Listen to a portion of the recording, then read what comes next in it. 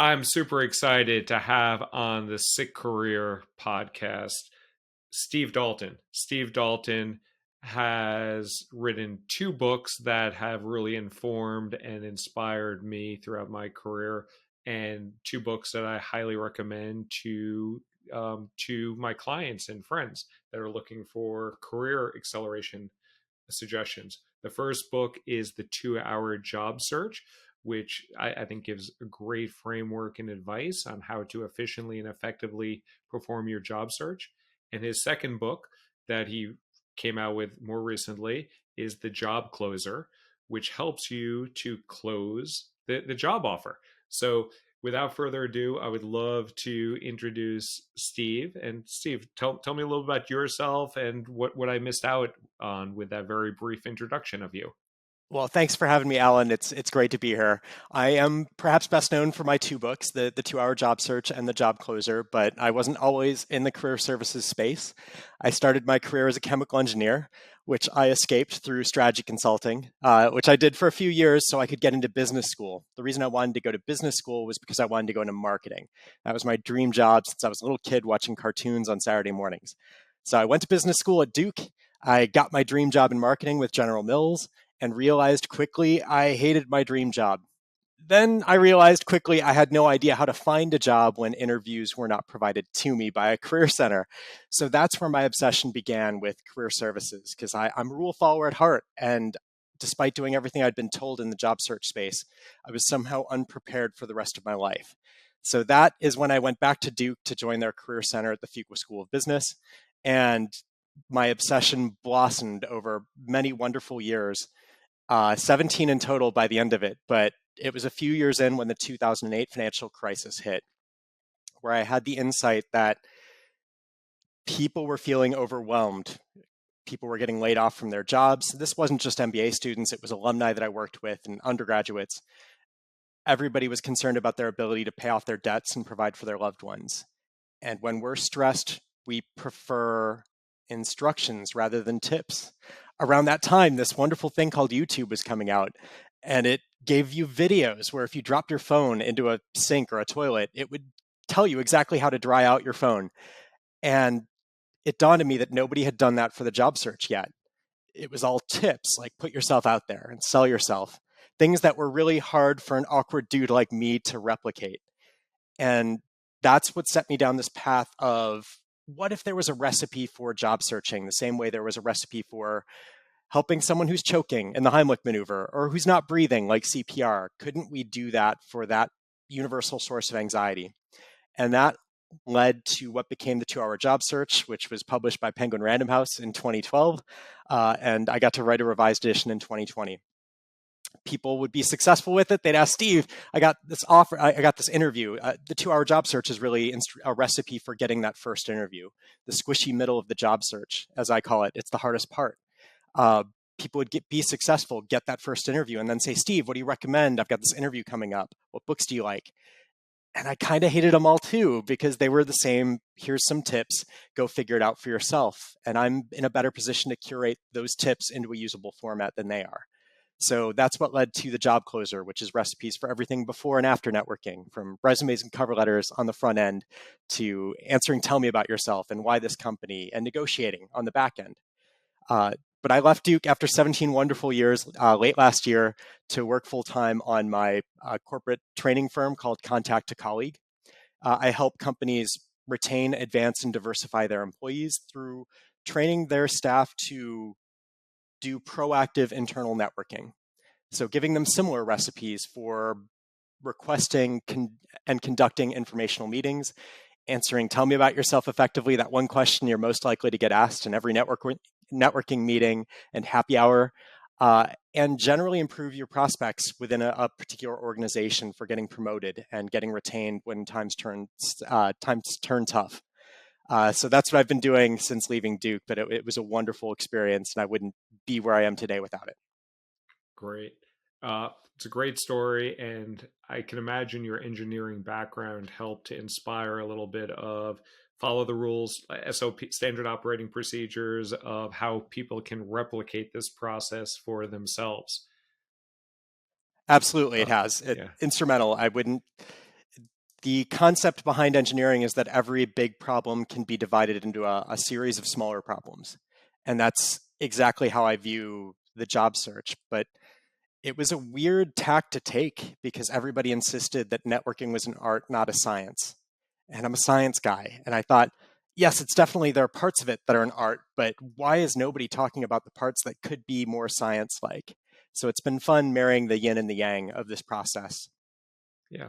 And I do want to get into the inside baseball of the job search and what I call the job acquisition process, because you're really not searching, you're really trying to acquire the job.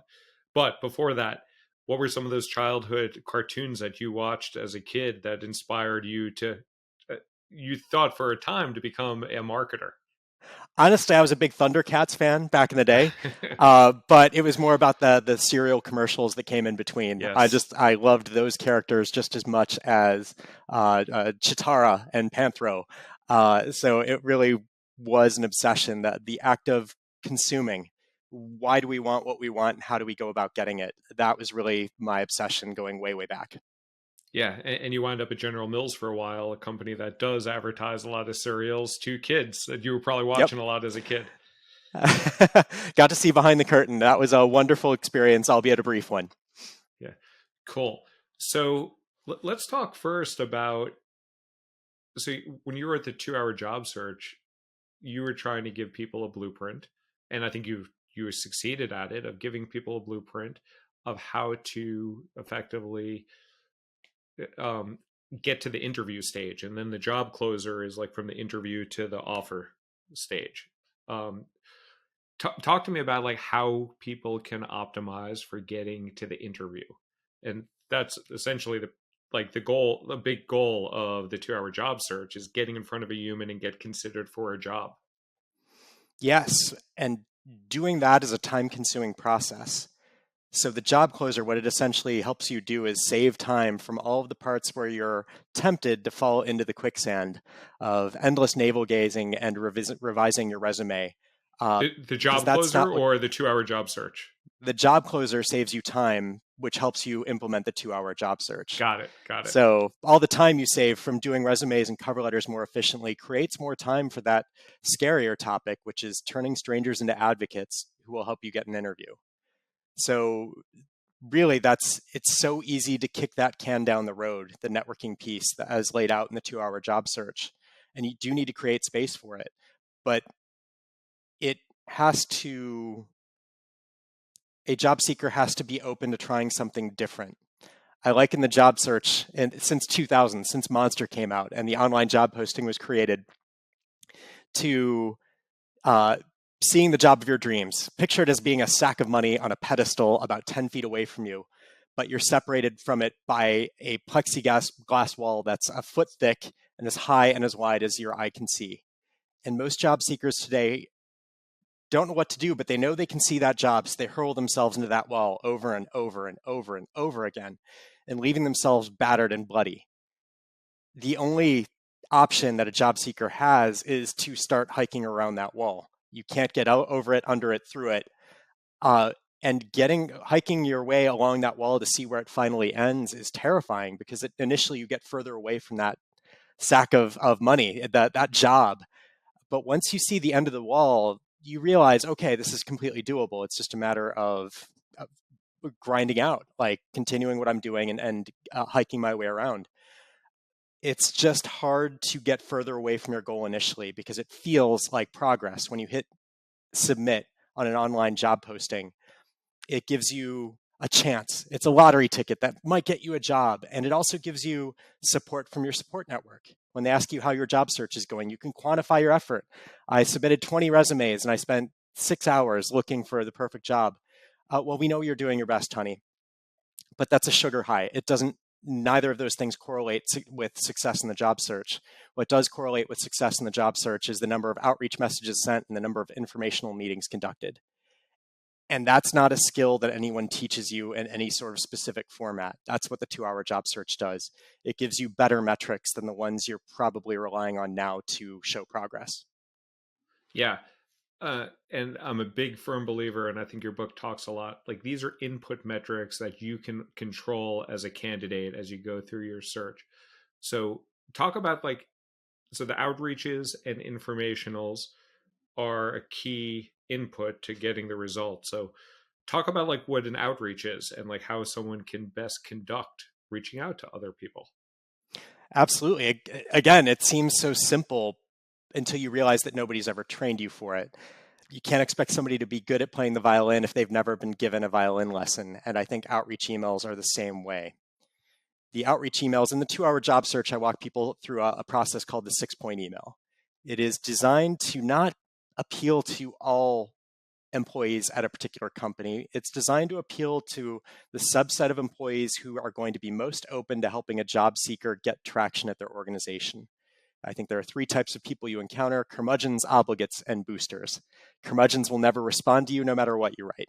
Obligates will respond to you, but begrudgingly. They're trying to save face. They feel a sense of obligation to a job seeker. They don't want to look like the bad guy, so they'll respond slowly to you and sometimes not at all. They'll set up a meeting with you for far into the future, or maybe in the near future, but then cancel it and get really weird about rescheduling. Those 2 groups are dangerous because they kill your momentum. The one group that does give you help, I call boosters, and they are motivated differently than curmudgeons and obligates. They are motivated just by what my former colleague at Fuqua, Dan Ariely, called social norms. Some people, if you just ask them for a favor, they are inclined to just be helpful because they want, it's good karma. It feels good to help other people in need. So these outreach emails are asking people for the gift of their time. There's no sell yourself involved. But the 6 point email are the 6 elements that you would want to feature in that email to reduce reasons why a booster specifically might not respond to your email. Not meant to be an email that's all things to all people. It's meant to be something that helps you form a relationship with a booster, who I only put at about 10 to 20% of the population, quickly. So the outreach email, it's largely that is a numbers game, but it's a strategic numbers game. You want to target people who give you the most reasons for believing you might be successful. That starts with choosing optimized targets through something I call a lamp list, finding people who are functionally relevant at those companies using LinkedIn, and then just keeping very good track of your outreach, not in an Excel spreadsheet, but using the 3B7 routine that I teach in the 2 hour job search, using your calendar. So you can email people and forget about them until it's time to follow up or until they get back to you. Nice. And I love how you classify the curmudgeons, obligates, and the boosters. And I think people do generally fall into those 3 categories. So when you reach out to people, that's generally that probably classifies 95 to 100% of people out there. And the beauty of that system, and I think you point this out in one of your books, maybe both of them, is people that are curmudgeons and are never going to reply to you. That is actually great information because they're saving you time. They're If they're doing you a not going to favor. respond to you, yeah, you just saved like a 30-minute informational where they probably weren't going to help you.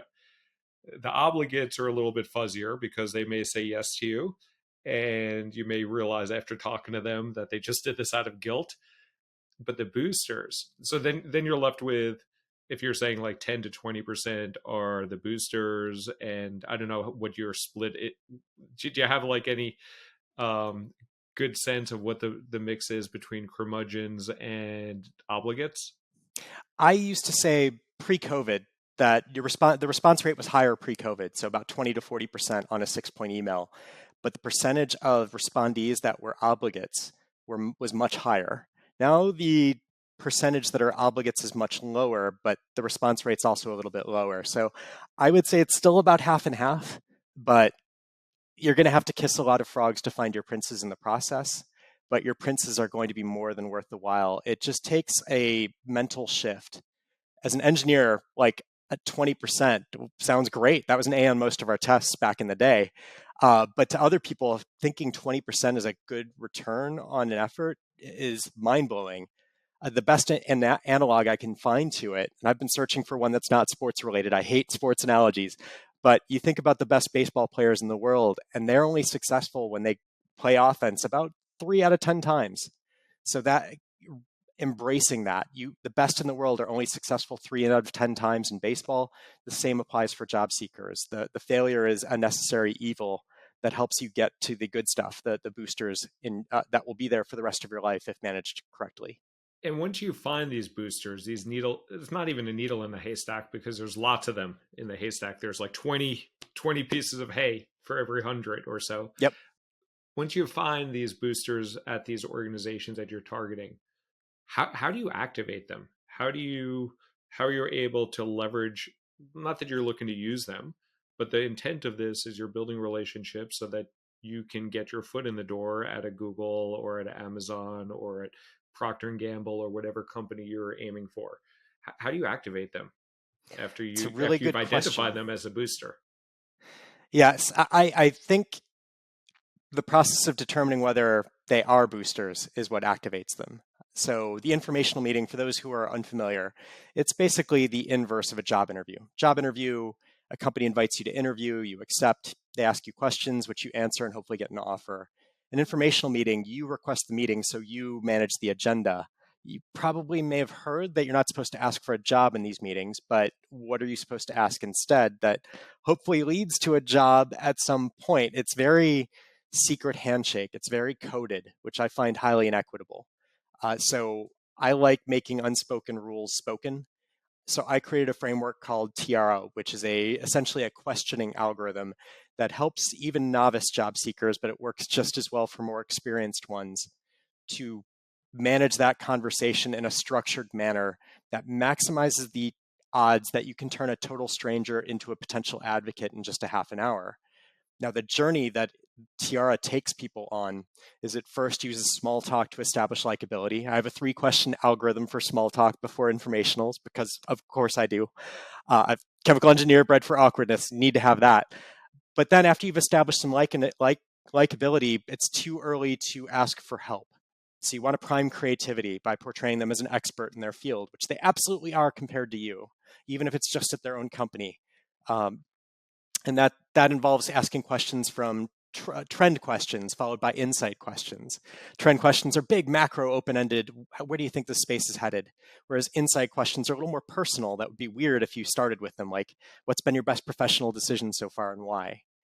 But then around the middle of the conversation, the first A is advice. Now we start shifting the frame away from portraying this person as an expert towards portraying them as a potential mentor. We use trend and insight questions to prime creativity so that when we ask for advice now, we're more likely to get quality advice. They've been warmed up. My former colleague at Fuqua, Gavin Fitzsimmons, his research showed that priming creativity is a great way to get people to be more creative on brainstorming tasks. So nobody wants to give you a non-thoughtful or bad answer to where do you think this space is headed 5 years from now? You might be the only person who asked them this in this entire year. So it's a flattering and fun question to answer. That's the unifying theme of all the questions in TIARA. They're flattering and fun to answer. So now when you ask for advice, you're more likely to get quality advice. I want to learn to speak like someone who's had this job for 5 years before I even start. How would you go about doing that if you were me? And making them the hero in your story instead of asking for yourself, that's a great way to get empathy. Uh, make people feel the pain of what it's like to be back in a job search. But then resources is the key of the conversation, the pivot. What resources do you recommend I look into next? This is where we hopefully get a referral, but when we request these meetings, we do not say they're about jobs. We say they're about insight and advice, and we honor that. So if people offer us referrals, that's great. If not, we'll follow up for those a week later over email, but we want to stay true to our word and focus on picking as much information out of this person's brain. What's the most important 10 minutes of research you do in a given week to stay current on your industry? Then with time permitting, we build our mental toolbox of specific projects we do in that job with assignment questions, another word for projects.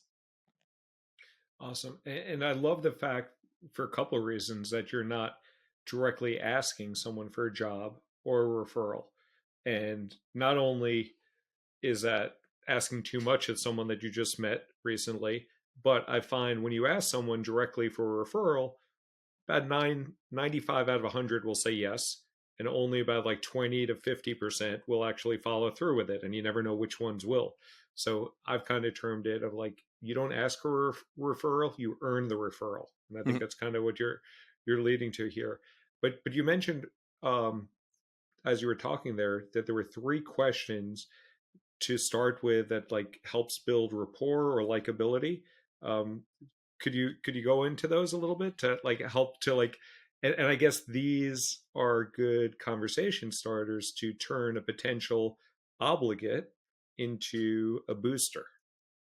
They're less designed to recruit obligates. I think obligates are kind of dyed in the wool. They have an No, arbitrary right. barrier that you need to clear in order to earn their advocacy, and you have no way of knowing what that arbitrary barrier is. There's no efficient way to reach out to them because everybody wants something slightly different. I remember at my time at Fuqua, the Duke's Business School, I attended panels during the same week about job searching. And on one panel, there was a gentleman who said, if you want to get my attention for job searching for an informational meeting, you got to list your top 3 accomplishments for me in bullet point format so I know you're a good performer. And then later that same week, there was another gentleman on a panel who said, if you want to get my attention for an informational meeting, you've got to think like a consultant for my company. You got to tell me how you're going to save me money or make me money to even get my attention. What worked for one wouldn't work for the other. And all of those would alienate the boosters, the much easier to reach people. So targeting boosters is simply an efficiency play rather than something. You can't please all obligates in an efficient way. So for informational meetings, it's really about helping ease this, bring your partner's guard down. They don't know you. You're still a stranger. They're worried you still might be weird. So you want to engage them in light conversation. Now it's really weird because Americans, Erin Meyer wrote a great book called The Culture Map, where she graded different nationalities on different metrics to identify what is being Canadian, what is being American, what is being Indian. And the US came out farthest end of the scale on context, low versus high context. We are the lowest context culture in the world, meaning that we are blunt. We have to put our Hmm. thoughts into exact words, and typically this is because the more mixed your society is, more heterogeneous it is, the more you need to rely on words to convey meaning, because you can't communicate as much with a pause or a nod or eye contact or lack thereof. So we're known for being very blunt, but we have a couple very weird exceptions. The first is negative feedback. We're in the middle of the scale for negative feedback. We like the sandwich. Here is why you're a great person. Here's what I really need you to improve on, though. And here's the point of the conversation. But you're very well dressed. Like it's like nice thing, but what we really mean is, and here's another nice thing. The job search is the other big exception. It's just not acceptable to ask for assistance with your job search to a total stranger who doesn't know you yet. How someone's supposed to know this without being trained in it, I don't know. Again, it's not equitable. Not everybody has that same sort of social guidance to teach you what is appropriate and inappropriate in a professional manner. A lot of job seekers who use the 2-hour job search are first generation college grads. So it's a matter of equity to me. But small talk is another element of equity. How are you supposed to know how to do this if you are coming from outside the US or you haven't been raised in a culture that will convey that information to you? So I like starting with a temperature check question. How's your day going so far? And I have a YouTube video that outlines this process if anyone out there wants to look it up and refresh themselves on this. But it's a very simple question. I want to know, is this person going to make this conversation easy on me or not? And the way that they'll make it easy on you is by giving you extraneous information, more than was necessary to answer a very simple question. How's your day going so far? Fine. And you? Fine. There's no information Right. there, so we don't really have anything to work with. But if they say, I'm a little tired today, I got to be honest, I was up late watching the silly ball match last night. You can say, oh, I'm not familiar with silly ball. How did you get into silly ball? Have you ever played silly ball? What makes one good at silly ball? Basically, ask an informed follow-up question on any extraneous information that they provide. That will give you some energy, and it demonstrates your listening, which is very, very likable. Once the energy starts to lag there, the second question I would ask would be, how did you join your company? I want you to ask this question before they get a chance to say, tell me about yourself to you, because I want the job seeker to mirror their behavior. It's a classic psychology concept, very, very likable. If they take 30 seconds to answer and ask you about yourself, you'll take 30 seconds. If they take 2 minutes, you'll take 2 minutes. If they take 5 minutes, you'll still just take 2 minutes, because that's maximum for the job seeker. Anytime you're talking as a job seeker, you're losing, in my opinion, Yep. unless they ask you a direct question. You want to get the focus back on the star of the show, which is the person who has the job you want one day. And then the third question, and this one you can cut for time, but if someone is not giving you much energy yet, I like the question of, what are you working on right now? Mhm. It's usually, if people aren't engaging, it's usually because they've got work on their mind. And this gives them a chance to make subtext text and just talk about what's really on their mind, giving you an insight of what keeps people up at night in these jobs potentially, but giving you a last chance to get some energy before you go into the TIARA framework of questions. That's awesome, and that's a great framework for folks to use. And so, in your whole methodology, a large part of it is really the outreach of building these relationships with people that it's strategic. You're not just doing a scattershot approach, but after you through your lamp list, as you're identifying your target companies and you're trying to talk to people at those target companies.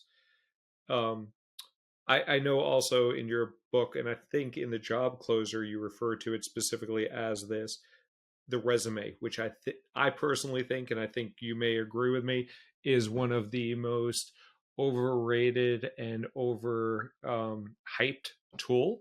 It's almost like a table stake, and I think you use the term that a resume needs to be objectively perfect and subjectively good enough. And You I, nailed I it. think that's Yep. yeah.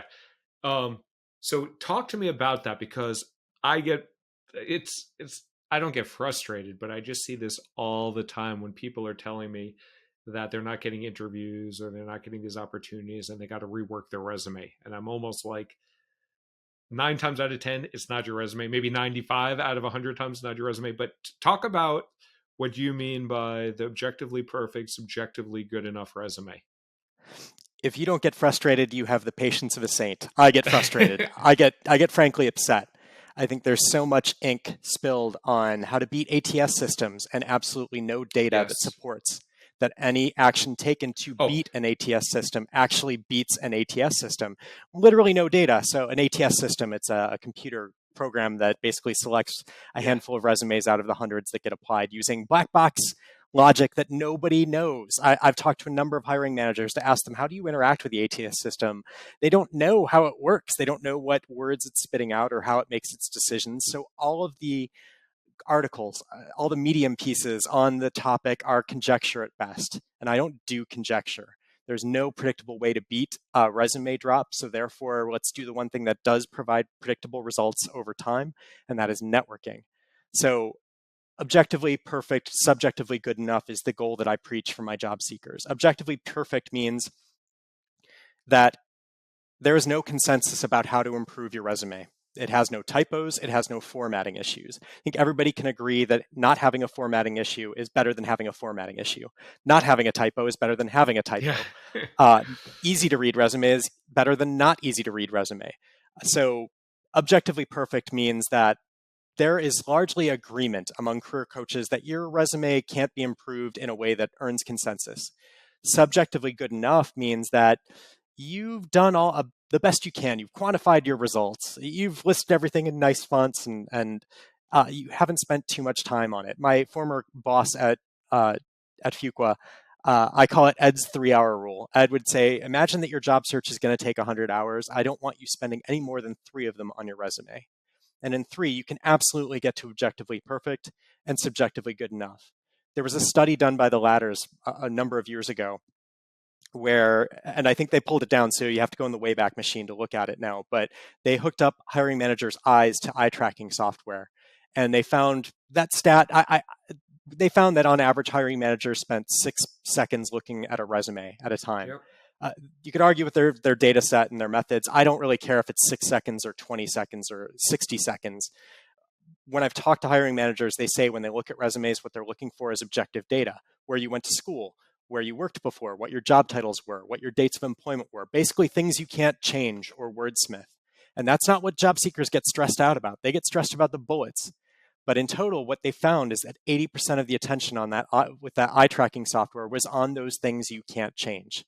That left just 1.2 seconds for all of the subjective data, the bullet points essentially combined. So nothing's getting that much attention. They're using your pedigree as a proxy for your appropriateness for that company, with a heavy skew towards people who've done this job before, because they don't like spending time and money training people to do a job when somebody else who's already trained to do the job is out there. So those are the people that predictably beat online job postings. If you've done this job before, but somewhere else, preferably a competitor, you're probably going to do okay. But again, there's no guarantee because no human is laying eyes on this thing. But objectively perfect means get everything that everybody agrees on correct. Once you start getting diverging opinions on how to improve your resume from career coaches, from peers, or whatnot, that then by definition it's subjective information. Pick your favorite format, call it a day, and try to get it done in 3 hours because networking will take some time and it's far more important. Yeah, and I am a firm believer. You're preaching to the choir here. I'm someone who's probably reviewed about 10,000 resumes as a hiring manager, and I've filled in as a recruiter at times when I've had recruiters on my team that went out on maternity leave, and I wanted the process to continue. So I got in there in the ATS, and I looked at what they were looking at, and I was looking at resumes for probably 3 to 15 seconds on average. If it's really good, then maybe I'll look 60 seconds. And in addition to what you said there, in terms of like the names and the titles and the dates, the other thing that I think is helpful is to show progression. And I think you might talk about this in the book also, to Yep. show like your upward trajectory and also the quantifiable impact and be able to say that I did this that resulted in that. But at that point, you're done. Yeah. And then it's really focused on the networking and building those relationships. Because the data I've seen, and maybe you have different data, is I have heard that 7% of applications come in through the referral channel, and yet 40% of hires come in because of a referral. So when you see a channel that's coming in so rare, but having such a good yield, that's where people should be focusing their time on. And that's what I love about your approach and how you are focused on candidates, building those relationships, finding those boosters.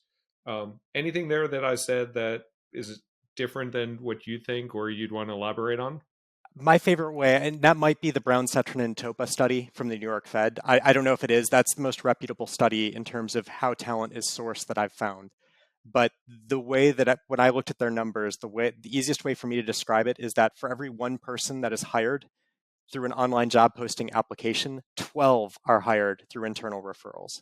Hmm. So every time you apply online, not only are you hoping you're one of the handful that out of the hundreds who apply that gets chosen to interview, you're also hoping it's the one out of 13 jobs that goes to the online applicant rather than Yeah. someone with a personal relationship inside the organization. The chemical engineer in me, bred for awkwardness, hates that stat because I'd much rather this be a fair, in quotes, process where the most qualified or talented candidate gets selected, but there's no way to know that from the outside. If I have to accept that I want to aim at the 12 out of 13, not the 1 out of 13. And that means gaining comfort with a skill that I'm not comfortable with. I'm not naturally charming or charismatic. And so many people in this space of the career services world are those things and will naturally do better in job searching because networking is more intuitive to them. So this is a book for everybody else. If you've ever felt awkward asking a stranger for the gift of their time to do an informational, follow some instructions. I can give you exact instructions to reduce some of the pain, to help set expectations, to give you a framework that will predictably bake you a cake. If you've never baked a cake before, just follow the instructions like this.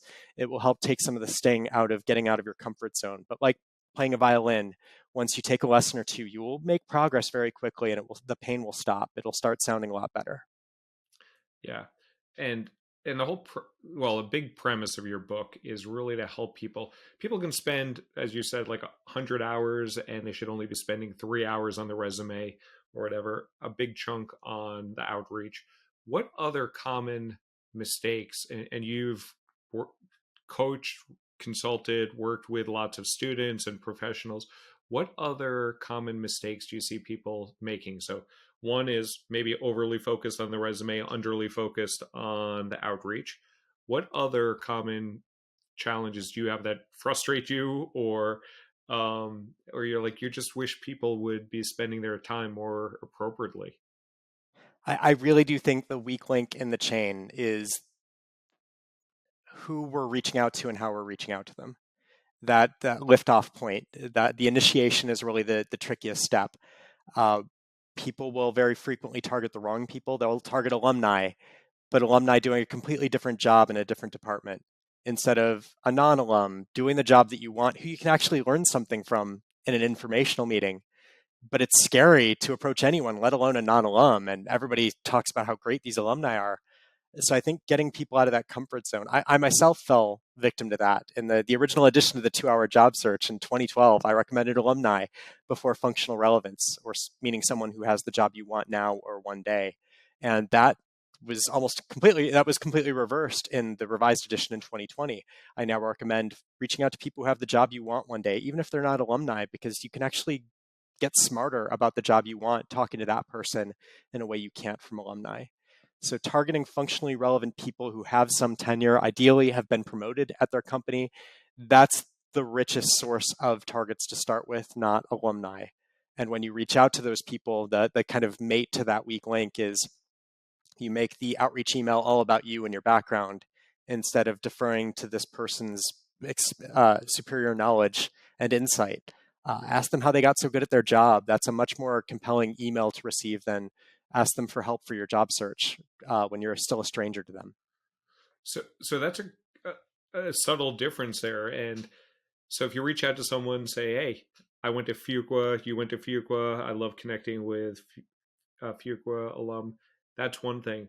But if you just see someone that's at a company and they are a customer success VP, and you want to, and maybe you're a customer success manager, and you want to become like grow your career in customer success, for instance, how do you reach out to someone because you don't have the necessarily common bond of Duke on your resume or whatever? So how do you bridge that gap? I think the common bond is doesn't even need to be stated. It's that you find this person's career interesting, just like they find it interesting. They've had to fight their way through it.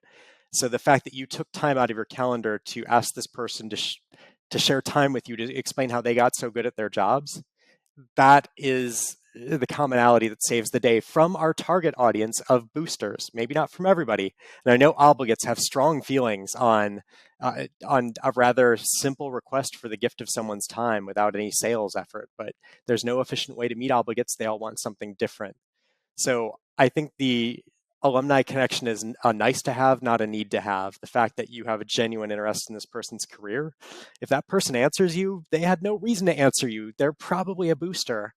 But oddly, when you reach out to alumni, especially alumni in different groups, they're almost more likely to be obligates because they have this obligation because of the school that you share to reach back out to you, even though they don't really want to. And those people can be really disheartening. You might reason, if the alum doesn't help me, then why would a total stranger? It's the exact opposite. The alum doesn't want to help you, but they engage with you because they don't want to lose face. The perfect stranger who responds to you, that person's more likely to be helpful than the alum who may or may not want to be there. So the way to get through to that perfect stranger is through flattery and compliments, essentially. I don't think it needs to be explicit flattery or compliments. I think it's asking the person for the gift of their time and giving them a genre for why they make sense for what you're trying to learn. Can you tell me about your product management experience at Waymo? Your insights would be greatly appreciated because I'm trying to learn more about product management in the autonomous vehicle space. So they know, okay, you're probably also looking at Tesla and Argo AI and Lucid. Even if I can't help you at Waymo, I might be able to give you insights that can help you with the rest of your search. I won't feel the same pressure to respond or not respond because I can nudge you in other directions if I can't help you here. It just lets them know that you've put enough thought into your job search that you've come up with a genre of interest rather than leaving that unstated, which will lead them to probably assume there's a job posting on the website and you're just chasing the job posting.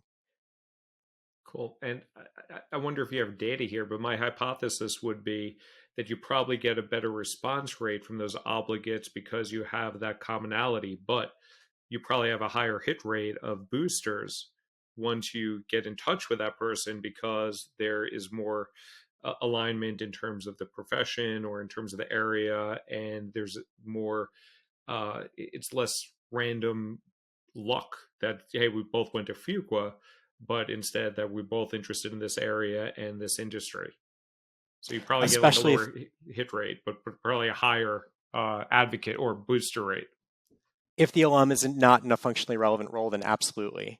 Look at it from an efficiency perspective. If you reach out to an alum in a different group, you know you'll have to do at least 2 informationals. If you reach out to someone doing the job that you want one day at that company, you may only have to do one. They may be the right person, or they may know exactly how to refer you on to HR to get you a screening or interview. So I like doing less work rather than more work whenever possible. I think it's Yes. really just, this is a big energy management challenge. That's the proper way to look at the job search.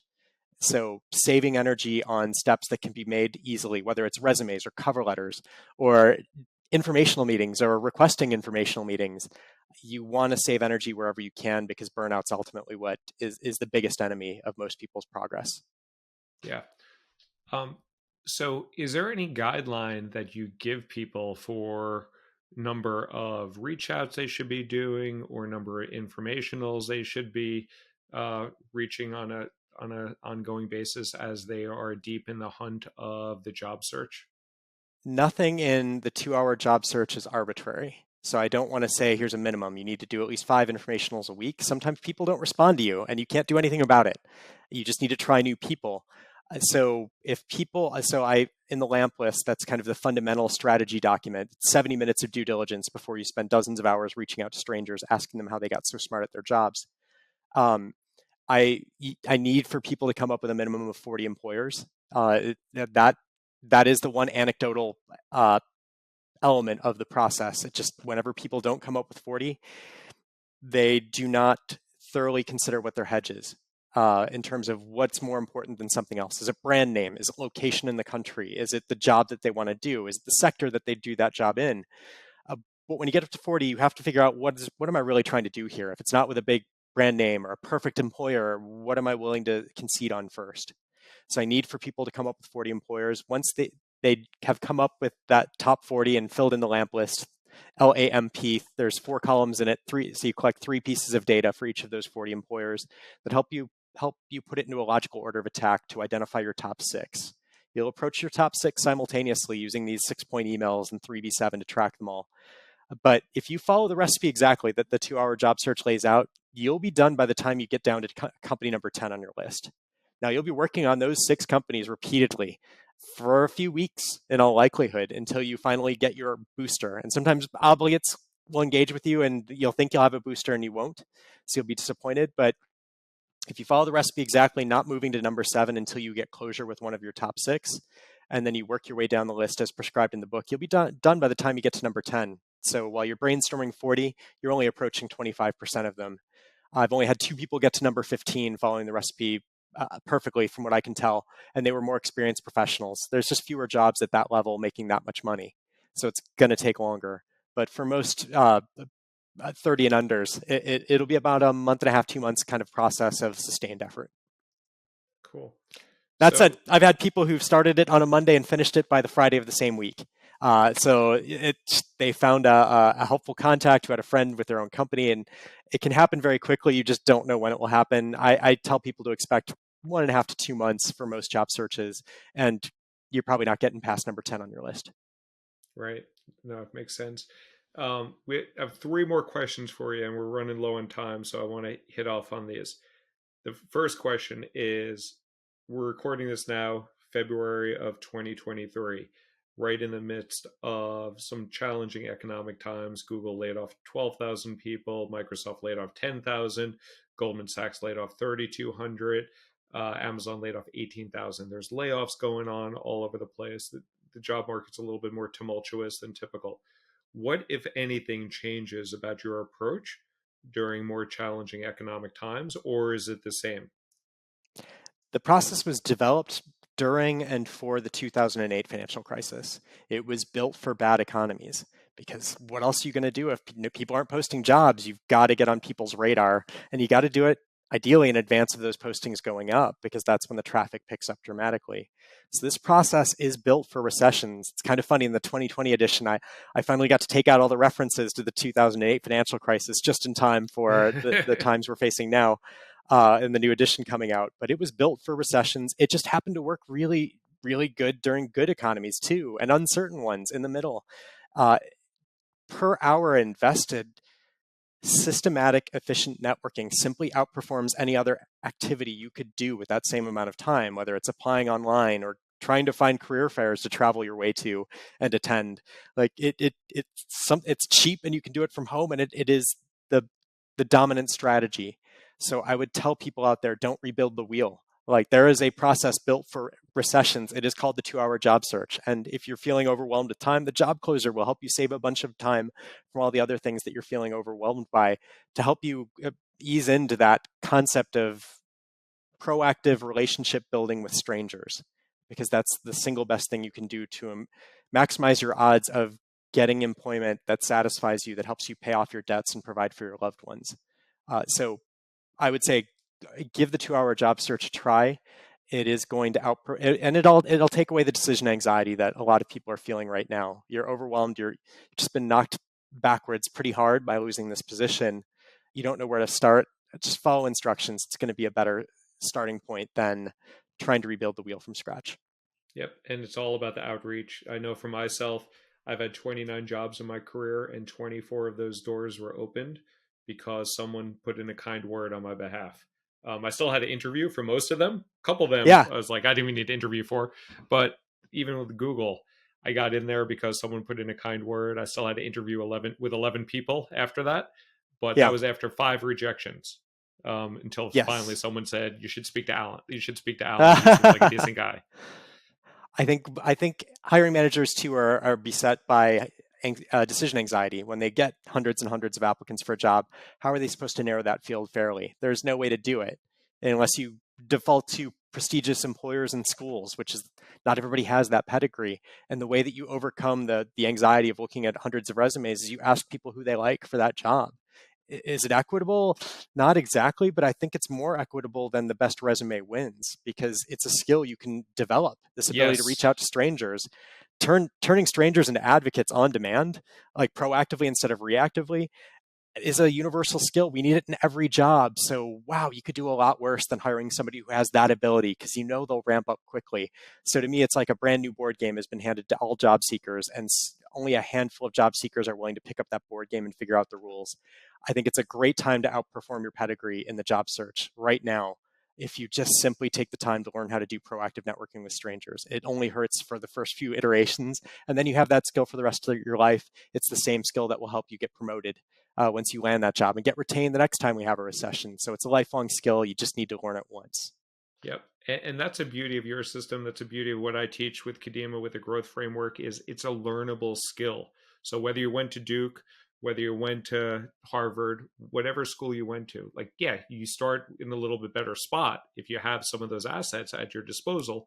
But I came out of Binghamton undergrad, and I was able to like navigate through there. It was a lot easier after I left from Columbia Business School and having Amex and Google on my resume, but it is a learnable skill that you can take on. And I love the fact that you break it down in both of your books. In here is the framework, here is the blueprint that people can apply for 15 bucks a book or whatever it costs. 20 bucks, I don't know, inflation, but whatever the cost is, you can read this, you can absorb it, and you can apply it. So thank you I for that hated gift that you've given for folks.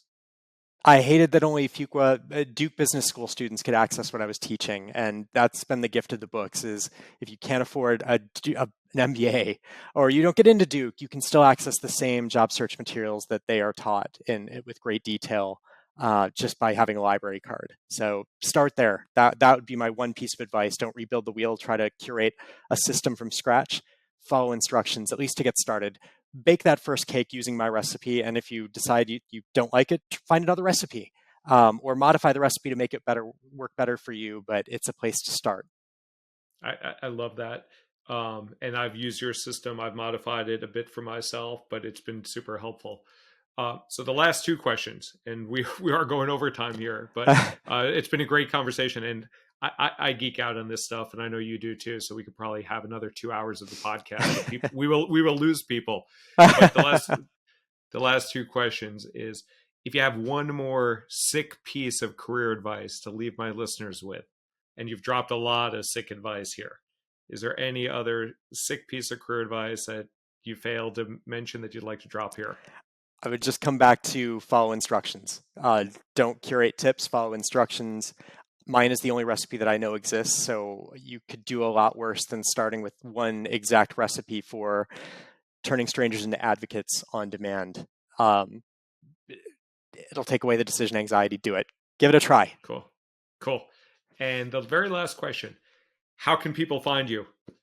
Excellent. Thank you for asking. So I'm on Twitter at Dalton_Steve. I have a LinkedIn group. We just broke 10,000 members recently called the 2-Hour Job Search and the Job Closer Q&A Forum. So for adherents to my books or even people who are just curious, it's a place where you can ask questions. I'm on there a few times a week.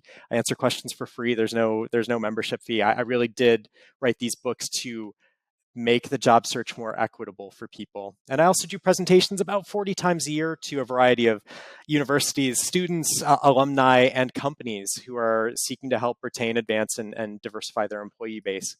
So if you might be interested in such a presentation or you think your career center might, please do me the favor of passing on a good word and expressing your interest. Thanks a lot, Steve. I've appreciated the influence that you've had on my career. And I've learned a lot from you, and I'm glad to have you here on the Sick Career Podcast. It's been great to be here. Thanks for having me. Thanks, Steve.